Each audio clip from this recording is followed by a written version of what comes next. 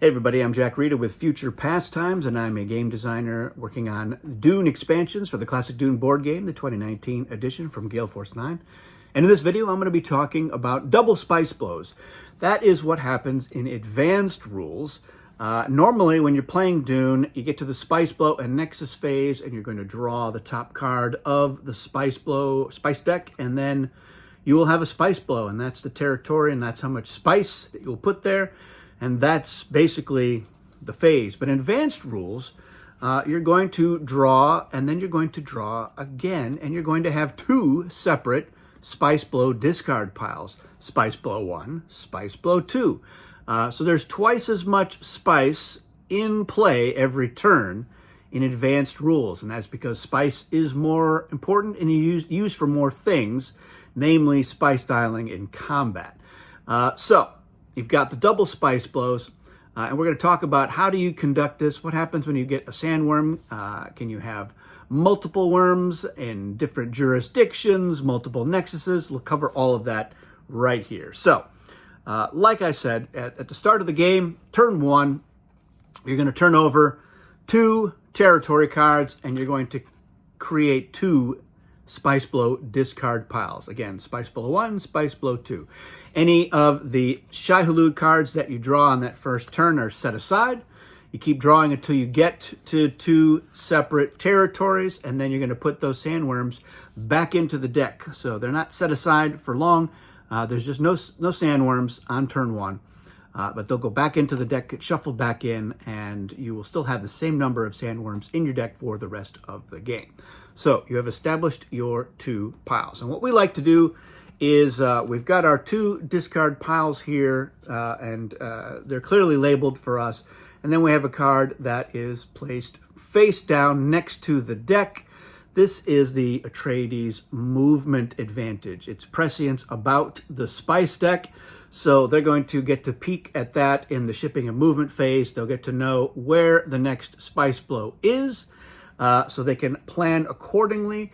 And if then they peek at that card, it turns out that it is a sandworm. They know that there's going to be a worm appearing at this location in Spice Blow 1, but they will not know what spice is going to be drawn for that territory, and they will know nothing about what goes on in Spice Blow 2. And that is just the nature of prescience in advance. It's limited in that way.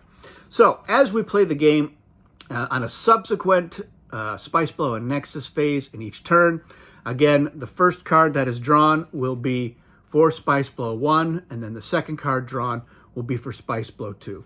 Let's say that first card drawn is Shai Hulud. So Shai Hulud will then affect Spice Blow 1, so you'll know that, oh, this worm is going here to rock out croppings, and then you immediately draw another card until there's a territory, and that is Spice Blow 1. And then you're going to pause.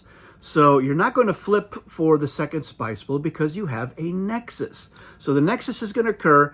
You don't have the Nexus right when the worm happens. You still draw until you get a territory. Then you pause the phase to have the Nexus. So now the players can form alliances after turn 2.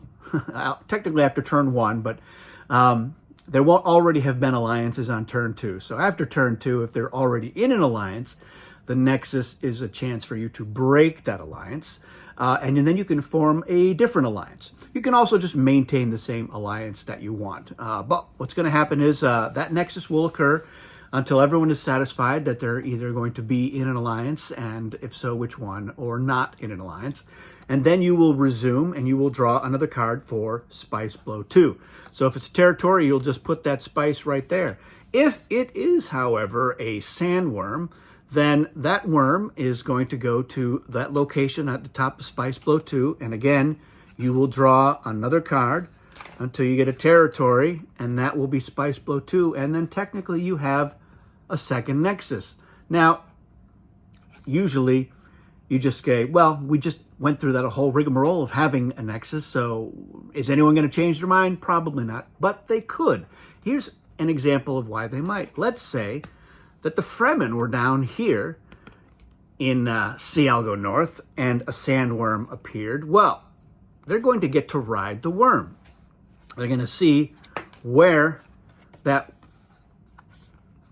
spice territory is going to be. So yeah, close by.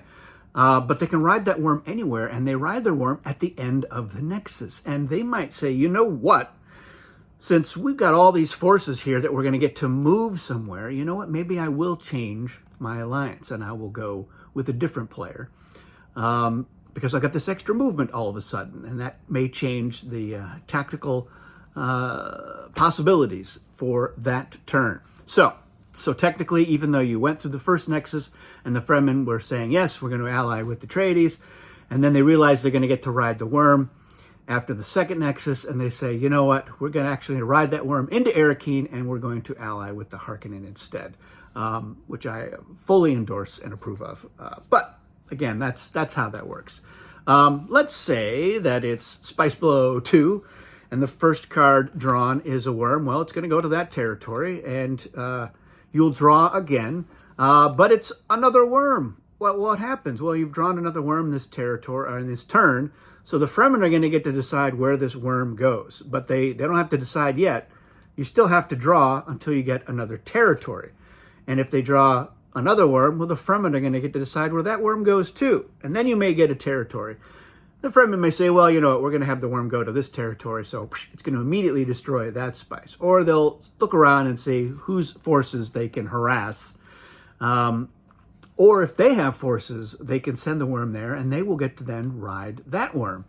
And in fact, they could ride the worm with some of their forces and then send another worm to the same territory, and then that worm can have the rest of their forces there. So they've got some options there when it comes to placing the worms. Now, here's an interesting situation. Let's say that the first card drawn on Spice Blow 1 is a worm, okay? And let's say there's no Fremen in this territory. They're all down there. So you drew again, and you got that. And you've done your whole Nexus now, and now you're drawing for Spice Blow 2, and you draw a worm. Now, of course, the Fremen advantage, which is referred to as worms on the back of the sheet, explains what happens if additional worms are drawn. But that is done on a Spice Blow by Spice Blow basis. So if you have drawn a Spice Blow card, Spice card for Spice Blow 1, and you've got a worm, and then you draw a territory, and now you are drawing for Spice Blow 2, and you draw a worm, that is still technically considered the first worm for the Spice Blow. So the Fremen don't get to just place it. They would need to draw another worm on that Spice Blow in order to get to place it. So otherwise, it just goes to the last territory. So that one would go to Funeral Plain. So that is how you do your double Spice Blows. Now, let's say that you're going to turn 10. You've gone all the way through. Well, there aren't enough Spice cards in the deck necessarily to go through and neatly have an equal number of cards in your 2 discard piles. At some point, you may have to shuffle. Well, the last 2 territories are not shuffled into the deck. They are left face up, so that on subsequent turns, if what you draw is a Shai-Hulud, you know where it's going. It's always got to go to that last territory. And if you've shuffled those in, you're not supposed to just remember. Oh, well, everyone remember, we'll write it down. No, there's no writing it down in Dune. Well, there's writing it down. Of course, with treachery cards, but not for spice cards. So you're going to leave those 2 territories. If these are the last 2, your Old Gap and Funeral Plain were your last 2, Spice Blow 1, Spice Blow 2. You're going to leave those out. You're going to take everything else, including the worms, shuffle them to form a new deck, and then you will draw. And if you do happen to get a sandworm, you'll know it's going to that territory. And then we're going to draw again, and that is how we work that out. So that is double Spice Blows for Dune. Let me know if you have any questions. Let me know if you've been playing it in a different way and what you think of it. What do you think of the way you're supposed to be playing it? And any other comments about the double Spice Blows, let me know in the comments. And any fun anecdotes, if there are any, about the Spice Blow and Nexus phase. I'm sure that there are some, so I don't mind hearing them. And any other questions, of course. That's it for this one. Thanks for watching, and we'll see you again soon.